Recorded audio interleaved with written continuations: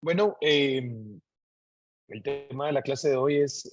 generalidades del cáncer de mama. El contenido que vamos a cubrir durante la clase va a ser datos sobre la epidemiología del cáncer de mama, recordar un poco la anatomía, factores de riesgo y factores protectores para el cáncer de mama, ciertas indicaciones y evidencia que hay sobre el tamizaje del cáncer de mama, cuál es la historia natural de la enfermedad desde un punto de vista histológico, cuáles son los signos y síntomas que se pueden encontrar en una paciente con cáncer de mama y cómo realizamos la estadificación en este grupo de pacientes. Entonces, con respecto a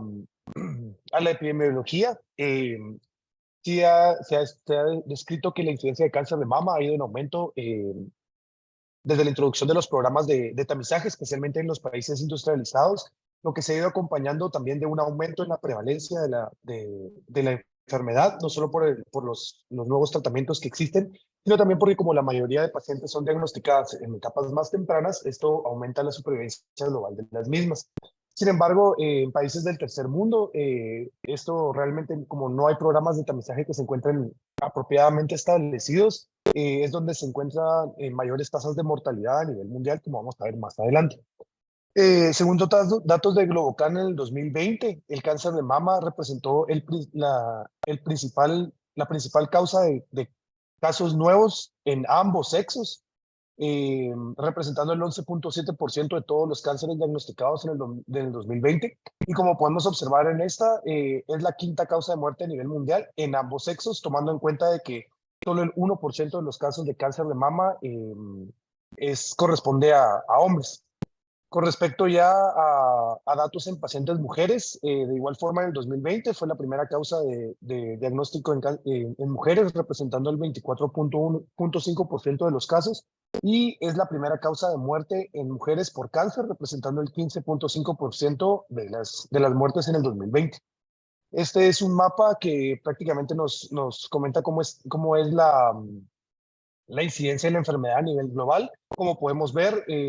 la incidencia es mayor en los países de primer mundo, como por ejemplo Estados Unidos, Canadá, Europa, Australia. Sin embargo, esto sí está asociado a que estos son los países que tienen programas de tamizaje bien establecidos y la incidencia es menor en países como por ejemplo Latinoamérica y África. Sin embargo, también podemos tener en cuenta de que hay un subregistro de los casos de cáncer de mama en estos países. Con respecto a la mortalidad, vemos que la tendencia es justamente lo contrario. A nivel de Estados Unidos, Canadá, Europa, podríamos considerar que la mortalidad es menor. Sin embargo, a nivel de África es donde mayor se reporta la mortalidad por cáncer de mama. Acá pareciera que Guatemala no está tan mal, ni Latinoamérica, pero de igual forma esto probablemente se encuentre asociado a un subregistro de los casos de cáncer de mama. A nivel Latinoamérica, tomando en cuenta también datos publicados por Globocan, solo que esto es del 2018. Esta la voy a mencionar porque en el 2018 la incidencia de casos nuevos, la primera causa fue cáncer de mama. Sin embargo, en el 2018 el cáncer de pulmón era la primera causa por mortalidad en mujeres, seguido del cáncer de mama. Sin embargo, ya cuando se publicaron los datos del 2020, podemos ver que la principal causa de nuevos casos de cáncer en mujeres fue el cáncer de mama, representando aproximadamente 180,000 casos, y el cáncer de mama también ya fue la primera causa de muerte en mujeres, con aproximadamente 43,000 muertes en el 2020. Ya a nivel de Guatemala, realmente no hay muchas estadísticas establecidas al respecto. Encontré el registro que llevan en el INCAN, que fue publicado del año 2019, que ellos hicieron una estadística con las pacientes que recibieron una primera consulta en el INCAN. De 1,121 pacientes que consultaron por primera vez, la mayoría llegaron con un diagnóstico de cáncer de cervix, y cáncer de mama fue la segunda causa, representando el 20.3% de todas las consultas. El Ministerio de Salud tiene aún menos estadísticas publicadas. Estos son datos de un boletín epidemiológico publicado en el 2019, que realmente nos está dando el número de casos y las tasas de mortalidad por departamento entre el 2015 y el 2017. Como podemos ver, realmente el número de casos diagnosticados por año no varía con cada año. Sin embargo, lo más probable es que esto no represente la incidencia real de las pacientes, y en el 2017 la mayor tasa de mortalidad estuvo dada en el departamento de Jutiapa, que tenía una mortalidad de 23 por cada 100.000 mujeres, seguido por Zacapa y Guatemala. Entrando en qué es la anatomía de la mama, tenemos que recordar que la mama adulta femenina se encuentra entre la segunda, ubicado a nivel del tórax, entre la segunda y la sexta costilla, y entre el borde esternal y la línea axilar media. La mama está compuesta principalmente por piel, tejido celular subcutáneo y tejido mamario, que incluye tanto células epiteliales como las células del estroma. Cada mama contiene aproximadamente entre 15 y 20 lóbulos de tejido glandular, que se encuentran principalmente sostenidos por tejido conectivo fibroso y se encuentran rodeados por tejido adiposo, que es lo que realmente le da la forma y el tamaño de las mamas. Con respecto a la irrigación y el drenaje venoso, está dado tanto por la arteria mamaria interna como por las arterias torácicas laterales, que son las que se encargan de dar la mayor parte de la irrigación y el drenaje venoso. Y con respecto al drenaje linfático, este ocurre a través de un plexo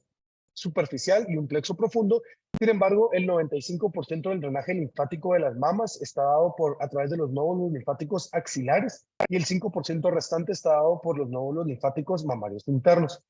Eh, los nódulos linfáticos axilares se encuentran divididos en 3 niveles que están determinados por la relación que guardan con el músculo pectoral menor, y esta división en niveles es muy importante, ya que la mayoría de las biopsias de ganglios centinela se realizan siempre en el nivel 1 de los ganglios linfáticos axilares, y también dependiendo de qué nivel de ganglio se encuentre afectado al momento del diagnóstico de una paciente con cáncer de mama, eso también nos ayuda a determinar el estadio N para darle la estadificación y la etapa clínica del tumor. Realmente el cáncer de mama, como cualquier otro tipo de neoplasia, realmente está constituido por un crecimiento y proliferación anormal de las células que conforman la mama. Los dos orígenes principales puede ser a nivel de los ductos, que esto generalmente es la mayoría de los casos, representan aproximadamente entre el 70 y el 75% de los casos, y aproximadamente entre un 12 y un 15% se pueden originar a nivel de los lóbulos, lo que nos da un carcinoma lobular. Aparte, también puede estar originado a partir del pezón, que se relaciona mucho con la presencia de enfermedad de Paget, y también puede originarse a nivel del tejido adiposo y las células del estroma, lo que nos daría el diagnóstico de un tumor filoides. Y aún menos frecuentemente también puede originarse a partir de los vasos sanguíneos y los vasos linfáticos en los casos en los que se diagnostica un angiosarcoma.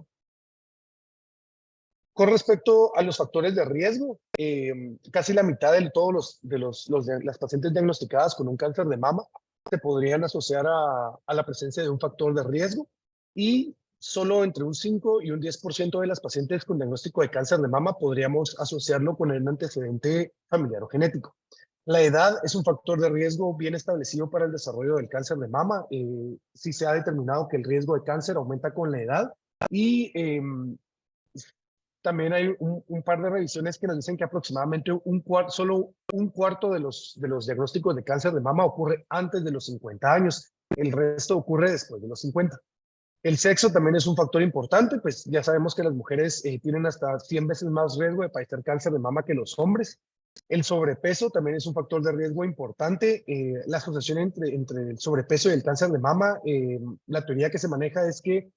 en las pacientes con sobrepeso y obesidad hay mayores niveles de estrógenos, esto secundario a la mayor conversión periférica que está dado por el tejido adiposo de los precursores de los estrógenos. Un diagnóstico de enfermedad mamaria benigna también puede aumentar el riesgo de padecer cáncer de mama, especialmente si se diagnosticó una enfermedad proliferativa con atipia. Eso nos aumenta entre 4 y 5 veces el riesgo de padecer cáncer de mama. La densidad de las mamas también es un factor de riesgo asociado. Realmente no se ha establecido la razón del por qué. La densidad de las mamas está dado por la relación que existe entre el tejido glandular con el tejido adiposo, y no existe un valor de corte para determinar cuánto es que una paciente tiene una densidad de las mamas aumentadas, pero sí se ha determinado que un índice mayor del 75% confiere un mayor riesgo de padecer cáncer de mama.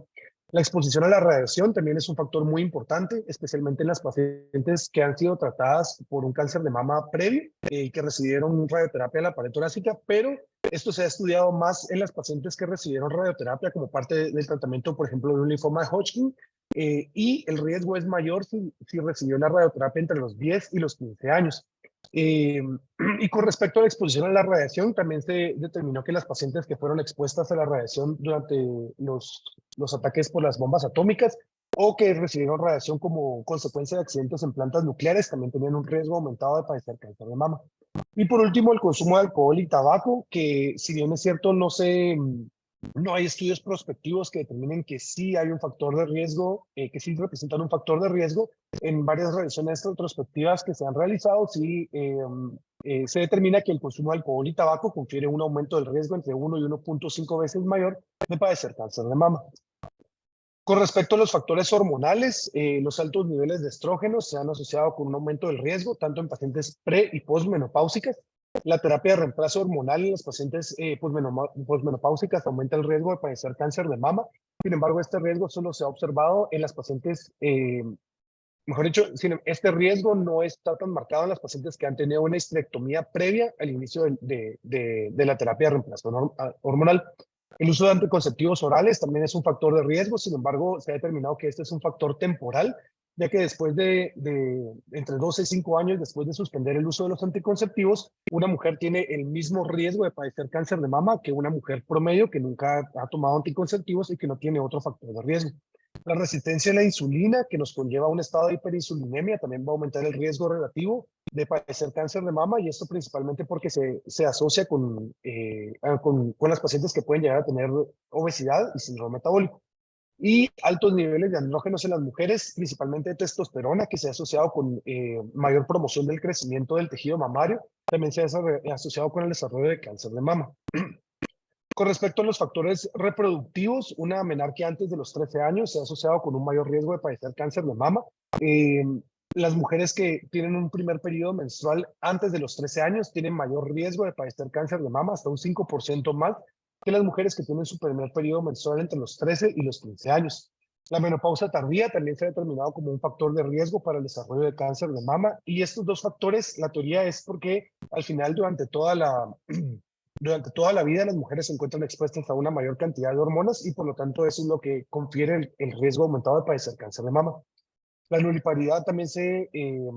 ha asociado con un aumento del riesgo de cáncer de mama entre 1.5 y 2 veces mayor riesgo, y la edad avanzada en el primer embarazo a término también confiere un alto riesgo. Las mujeres que tienen un parto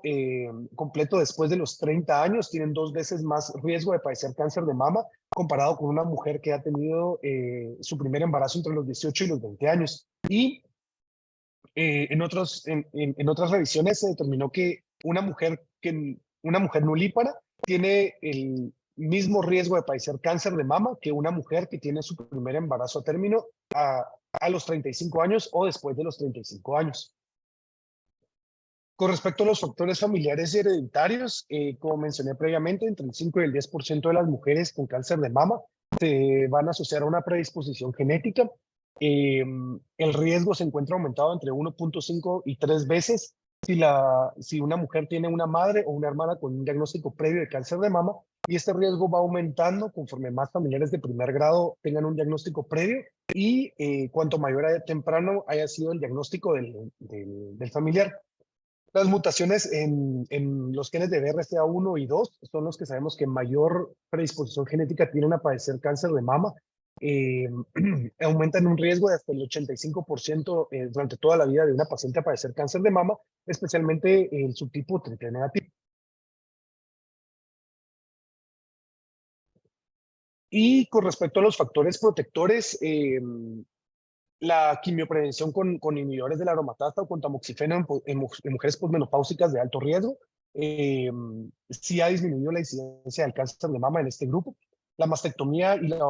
o la oforectomía en pacientes con mutaciones de BRCA es una medida profiláctica tanto contra el cáncer de mama como contra el cáncer de ovario. La lactancia materna se ha determinado que es un factor protector se ha calculado que existe una reducción entre un 4 y un 5% del riesgo por cada año que se da de lactancia materna, y esto se ha asociado tanto como, al igual que como con los embarazos, a que como el embarazo y la lactancia materna interrumpe los ciclos ováricos, los ciclos ovulatorios, perdón, entonces hay una menor exposición a las hormonas durante toda la vida de una mujer, y por lo tanto eso es lo que le confiere ese factor protector contra el cáncer de mama. Y por último, aunque no de igual forma no hay estudios prospectivos que nos den, que nos indiquen que la actividad física y la pérdida de peso sí son factores protectores, en varios estudios epidemiológicos que se han realizado, sí se ha reportado una menor incidencia de cáncer de mama en las mujeres que realizan actividad física de forma regular, y también con las mujeres, especialmente las mujeres posmenopáusicas que han tenido una pérdida de peso significativa. Con respecto al tamizaje, como mencioné al principio de la clase, desde la introducción de los programas de tamizaje, sí se ha observado un aumento en el número de casos diagnosticados por año, que también va acompañado de una disminución en la mortalidad, debido a que los diagnósticos se realizan en etapas más tempranas. Y según datos que encontré en las guías de ESMO, que son prácticamente de la Unión Europea, sí, el mayor impacto que ocurre en la mortalidad por el tamizaje de cáncer de mama ocurre entre el grupo de pacientes entre los 50 y los 69 años. Es decir, este grupo de pacientes, este grupo de mujeres son las que más se benefician de realizarles un screening de cáncer de mama. Eh, lo primero que hay que hacer es determinar el riesgo de la paciente de padecer cáncer de mama, porque eso nos puede ayudar mucho a guiar cuándo comenzar el tamizaje en estos grupos de pacientes. Estos son algunos de los factores que pueden considerarse para el desarrollo de cáncer de mama. Si la paciente tiene un antecedente personal o familiar de cáncer tanto de mama o de ovario, si ya tiene un diagnóstico establecido, o si algún familiar de primer grado ha tenido un diagnóstico de una mutación en los genes de BRCA1 o 2, si la paciente tiene una alta densidad mamaria, si ha tenido el diagnóstico previo de una lesión benigna, especialmente si esta lesión contenía hiperplasia atípica. Factores que podemos tomar en cuenta es la edad de la menarquia, la edad del primer parto, el número de embarazos y el estado de menopausia de la paciente, y recibió radioterapia al tórax entre los 10 y los 30 años. Si una mujer no tiene ninguno de estos factores, podríamos considerar inclusive que tiene un riesgo promedio de padecer cáncer de mama, y por lo tanto debemos seguir otras pautas para el screening en este grupo de pacientes. Se han validado algunas herramientas que nos pueden ayudar a calcular el riesgo de padecer cáncer de mama en una mujer. Eh, este es uno de ellos, el modelo de Gale, que estima el riesgo de padecer cáncer de mama a 5 años y durante toda la vida de una paciente. Eh, Estos son los factores que toma en cuenta para calcular el riesgo. Sin embargo, sí se ha establecido que esto es más para determinar el riesgo en grupos de pacientes y no es tan individualizado como al principio se planteó que era. Y generalmente puedes estimar el riesgo, especialmente en pacientes que han tenido diagnósticos de lesiones benignas previas y que tienen un antecedente familiar considerable. Tampoco toma en cuenta las pacientes que ya han tenido el diagnóstico de un carcinoma in situ, ni aquellas pacientes que han recibido radioterapia previa, y solo está validado para mujeres entre los 35 y los 85 años. Sin embargo, en las guías de NCCN sí está propuesto este modelo para el cálculo de riesgo en algunas mujeres, y si al final el cálculo nos da un riesgo mayor de 1.7%, entonces esa mujer se considera de alto riesgo y por lo tanto debería de iniciar un programa de tamizaje para cáncer de mama.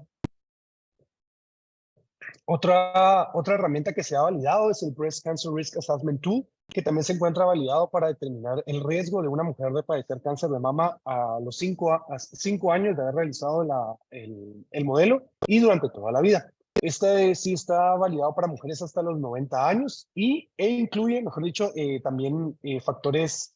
asociados con la raza, ¿verdad? Si la paciente es blanca, afroamericana, asiática o inclusive latina. Sin embargo,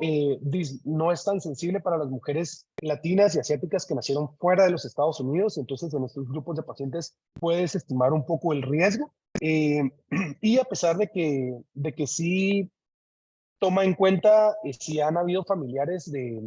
que han tenido un diagnóstico previo de cáncer de mama, no puede calcular el riesgo en las pacientes que ya tienen un diagnóstico de una mutación en BRCA o que han tenido un diagnóstico de carcinoma in situ previo. Entonces, Esto es para calcular el riesgo de una mujer de padecer cáncer de mama. Si no identificamos ningún factor de riesgo o si se considera que el riesgo de la mujer es un riesgo promedio, entonces estas son las recomendaciones que existen sobre a qué edad iniciar el tamizaje de cáncer de mama. Según ASCO, entre los 40 y los 44 años deberíamos de individualizar la decisión de iniciar un nuevo tamizaje, tomando en cuenta de que mientras a una edad más temprana se comience el screening de cáncer de mama, sí también corremos el riesgo de un mayor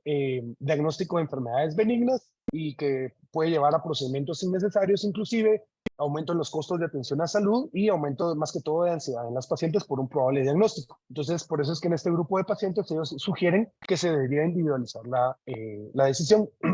Sin embargo, sí recomiendan que a partir de los 45 años se debe realizar una mamografía anual. Luego, entre los 50 y los 69 años, se debería realizar cada año y también sugieren que se debería individualizar la decisión después de los 55 años, porque se podría valorar realizar una mamografía cada 2 años después de esta edad.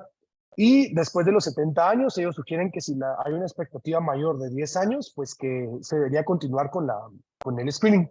Por otro lado, las guías de NCCN en todos los grupos de edad de los pacientes sugieren que el screening debe ser con una mamografía anual.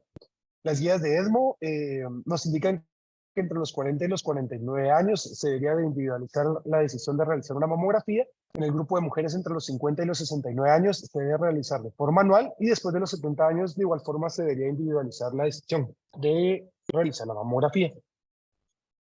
Con respecto a las pacientes que tienen un alto riesgo de padecer cáncer de mama, hay ciertas recomendaciones. Por ejemplo, si el riesgo está basado en un riesgo por un antecedente familiar, se debería iniciar el tamizaje con una mamografía o una resonancia magnética anual 10 años antes de la edad del familiar que tuvo el diagnóstico de cáncer de mama.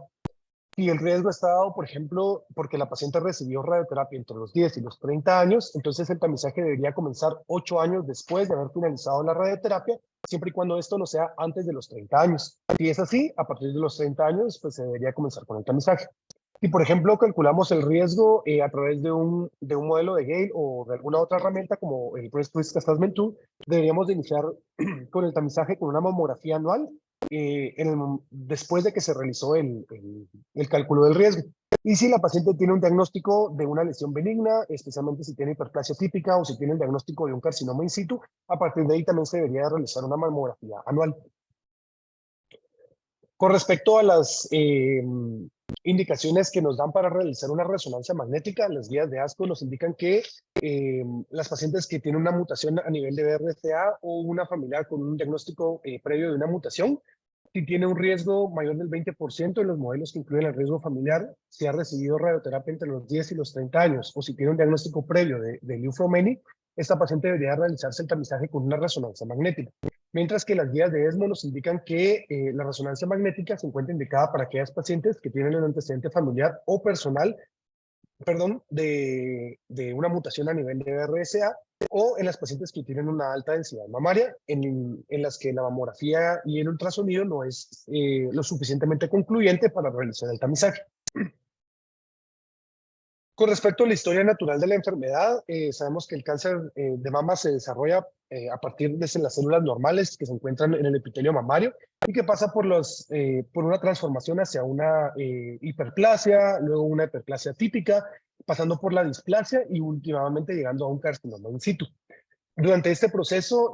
ocurre una gran variedad de mutaciones que pueden perpetuar la proliferación celular, así como ciertas alteraciones epigenéticas. Y a pesar de que, pues, como sabemos, los trastornos hereditarios confieren como la mayor cantidad de mutaciones necesarias para el desarrollo de cáncer de mama, realmente a día de hoy no se han determinado exactamente cuáles son las alteraciones moleculares que ocurren previo a la aparición del carcinoma in situ. Y de hecho,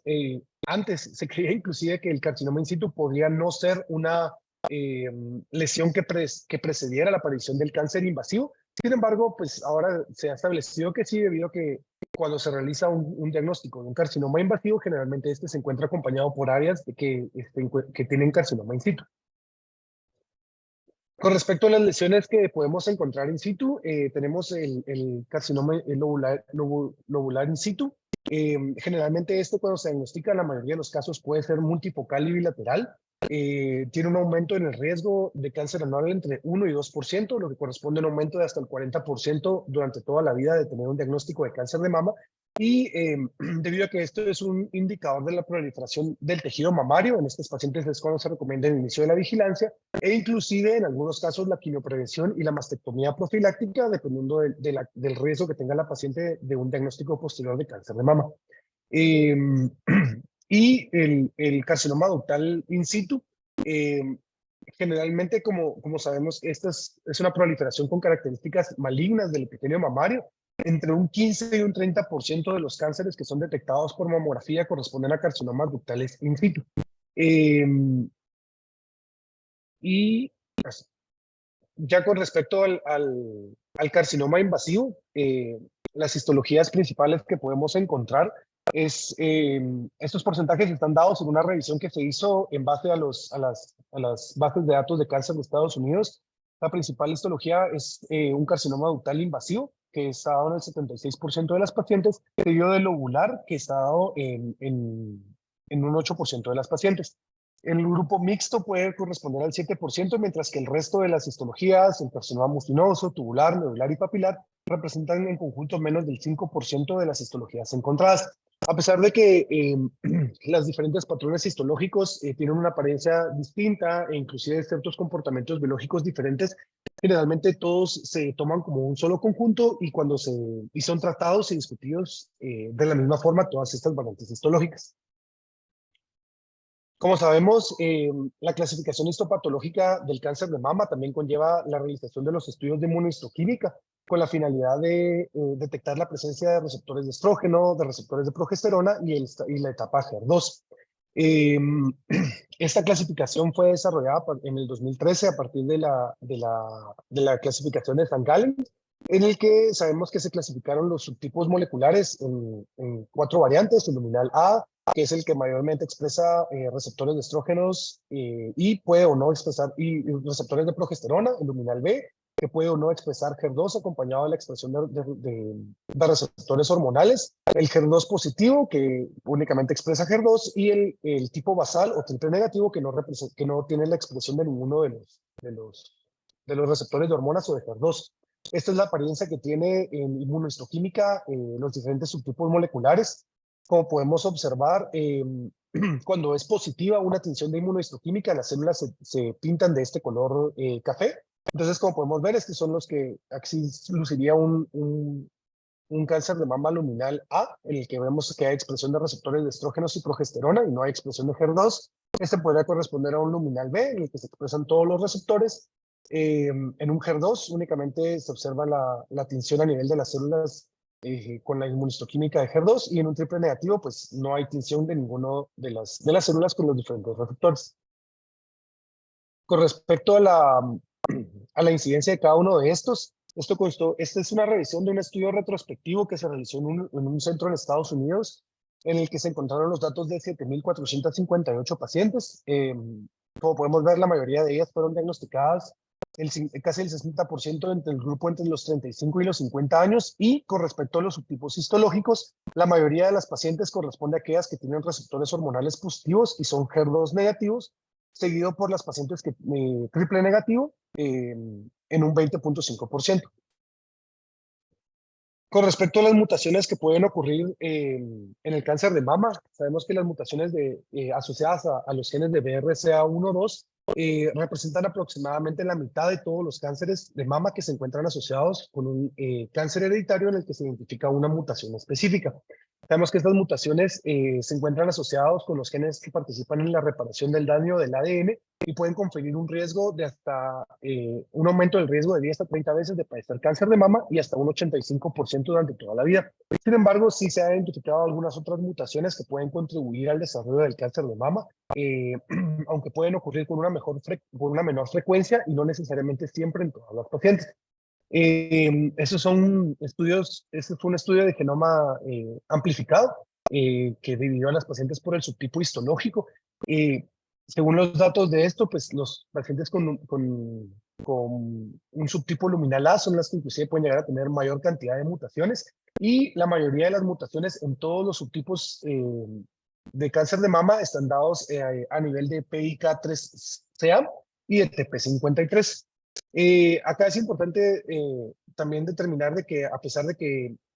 hay mutaciones que no han sido identificadas, esto no quiere decir que no hayan otros factores moleculares que participen en la iniciación y la progresión del cáncer de mama.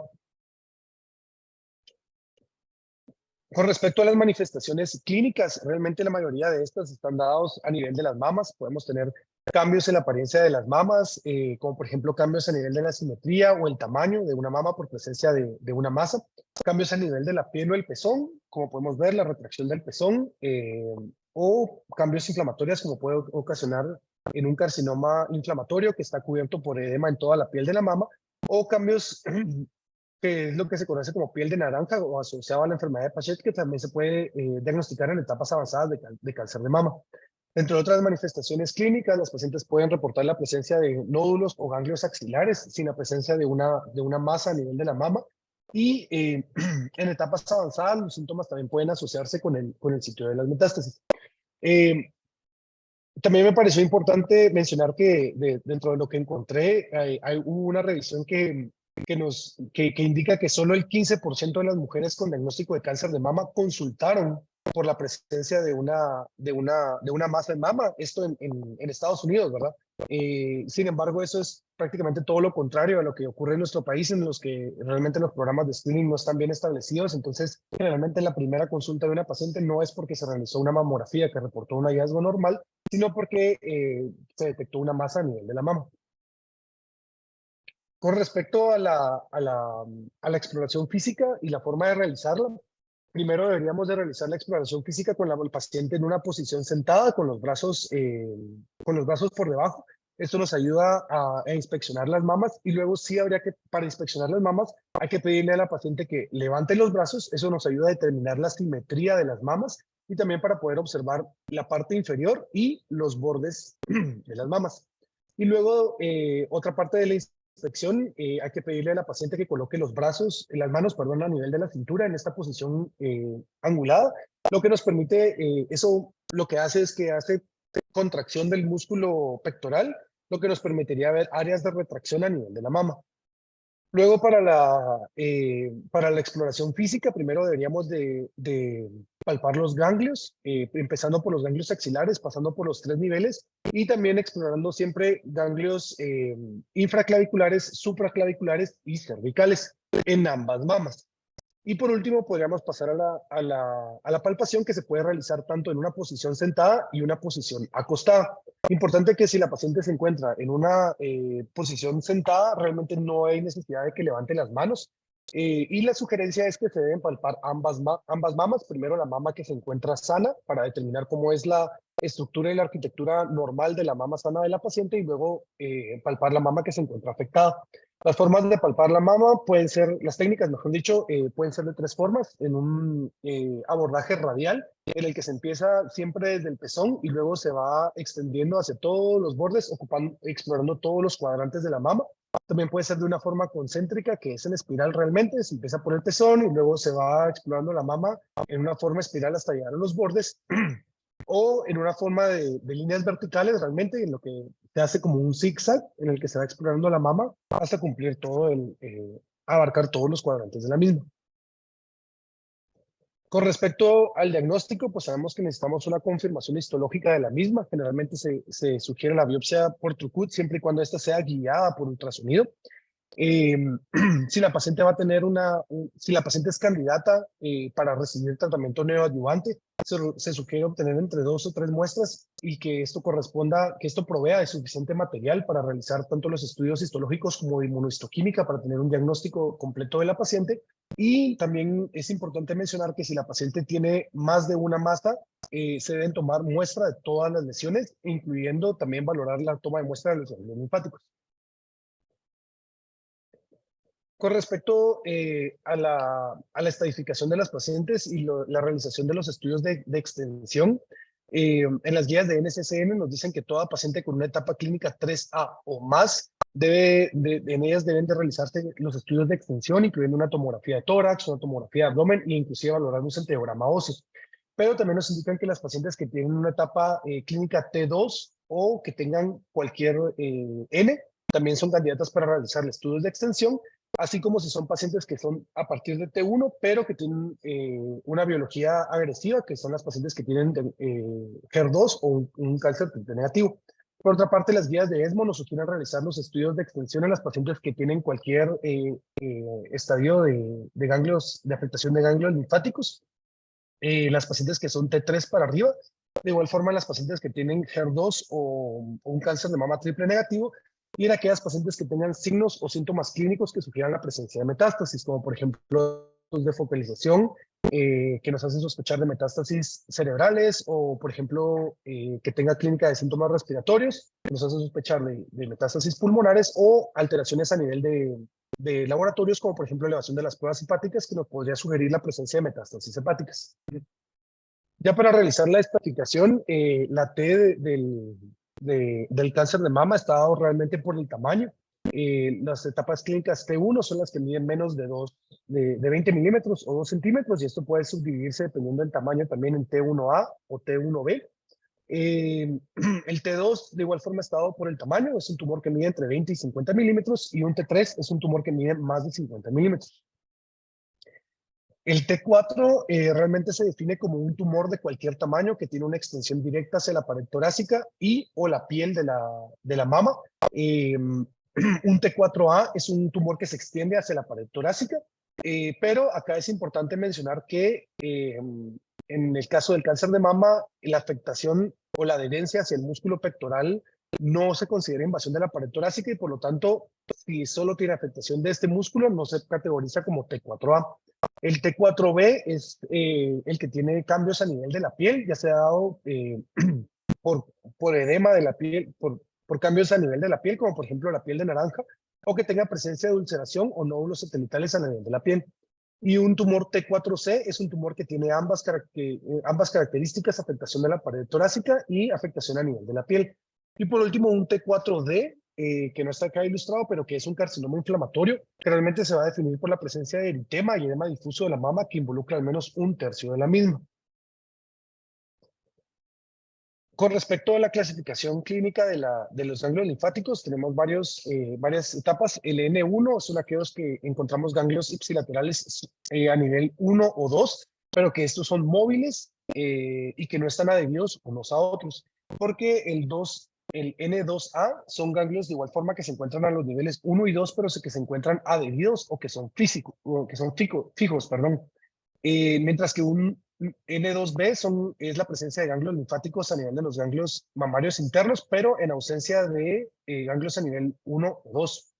El N3A es cuando encontramos ganglios infraclaviculares o a nivel que corresponde al nivel 3. El N3B es cuando encontramos ganglios en nivel 1 y 2 y ganglios mamarios internos, y el N3C es cuando encontramos presencia de ganglios supraclaviculares o cervicales, independientemente de la presencia de ganglios en cualquier otro nivel. Y la M, pues está dada por la presencia de metástasis, siempre y cuando tengamos evidencia clínica o radiográfica de las mismas. Existe esta subcategoría que está indicada como M0 y más, que es cuando se detectan depósitos no mayores de 0.2 milímetros, que se detectan únicamente por microscopía u otras técnicas, como por ejemplo afectación detección por detección de las células tumorales en sangre circulante, o inclusive afectación de la médula ósea. Y pues depende, también podemos clasificarlo como CM1 si es por datos clínicos o por datos de imagen, que la presencia de metástasis, o PM1 si la confirmación nos dio la presencia de metástasis por patología. La frecuencia de metástasis, dependiendo del subtipo, está dado por esta revisión que también se llevó a cabo en Estados Unidos con las bases de datos de los Centros para la Detección del Cáncer, en el que podemos observar que el subtipo que tiene mayor cantidad que es de receptores de hormonas positivos y HER2 negativo, tiene una mayor presencia de metástasis a nivel de huesos, representando hasta el 60% en estas pacientes, mientras que los que son un combinado de receptores de hormonas y HER2 positivo generalmente tienen mayor metástasis a nivel hepático, al igual que los que son receptores de hormonas negativos y HER2 positivos generalmente realizan mayor cantidad de metástasis a nivel hepático. Mientras que los triple negativo, a pesar de que pueden realizar metástasis a cualquier víscera y hueso también es más frecuente que realicen metástasis a nivel cerebral. Y ya finalizando con la clasificación que revisamos previamente del TNM, esto es lo que nos da la etapa clínica de la paciente. Sin embargo, esto en la última actualización del American Joint Committee on Cancer, que fue la 8ª edición, nos indican que realmente, a pesar de que, de que esta clasificación de TNM nos ayuda a determinar cuál es la etapa clínica de la paciente, sí debemos tomar en cuenta que hay otros factores que nos ayudan a determinar el pronóstico por subgrupos de cada una de las pacientes. Y entonces es cuando toman en cuenta tanto el grado de histológico del tumor, así como a qué subtipo pertenece, y dependiendo de la presencia de receptores de estrógenos o progesterona, también eso nos da una cantidad de riesgo. Entonces, en base a eso, ellos, dependiendo de la cantidad de puntos que tenga por cada una de esas características, es decir, el grado y el subtipo histológico, asignan un perfil de riesgo para cada uno de los grupos de las etapas clínicas, y eso nos puede determinar más o menos cómo es la sobrevida a 5 años. Esta es la última, el último análisis que realizaron, como podemos ver en las pacientes con una etapa clínica 1 y que no tienen un perfil de riesgo. Inclusive la sobrevivencia a 5 años puede llegar a ser hasta el 97%, y vemos cómo comienza a disminuir hasta llegar a las pacientes que tienen una etapa clínica 13 en las que no hay un perfil de riesgo. Bueno, pues mejor dicho, que tienen un perfil de riesgo, un puntaje 1, puede llegar a ser del 84% a 5 años. Sin embargo, en las pacientes que tienen un perfil de riesgo con un puntaje de 3, esta supervivencia global puede inclusive disminuir hasta el 33% a 5 años. Y para finalizar, estas son la supervivencia general que se da de las pacientes a 5 años, que realmente en la mayoría de estadísticas en Estados Unidos está dado así, que la enfermedad localizada corresponde únicamente a la enfermedad que se diagnostica in situ, tiene un 99% de supervivencia global a 5 años, mientras que las pacientes que tienen enfermedad regional, que serían las etapas prácticamente 2 y 3, tienen una supervivencia de 5 años del 86%, y que disminuye hasta el 30% ya en las pacientes que tienen enfermedad a distancia. Y eso era lo que tenía para hoy, doctor.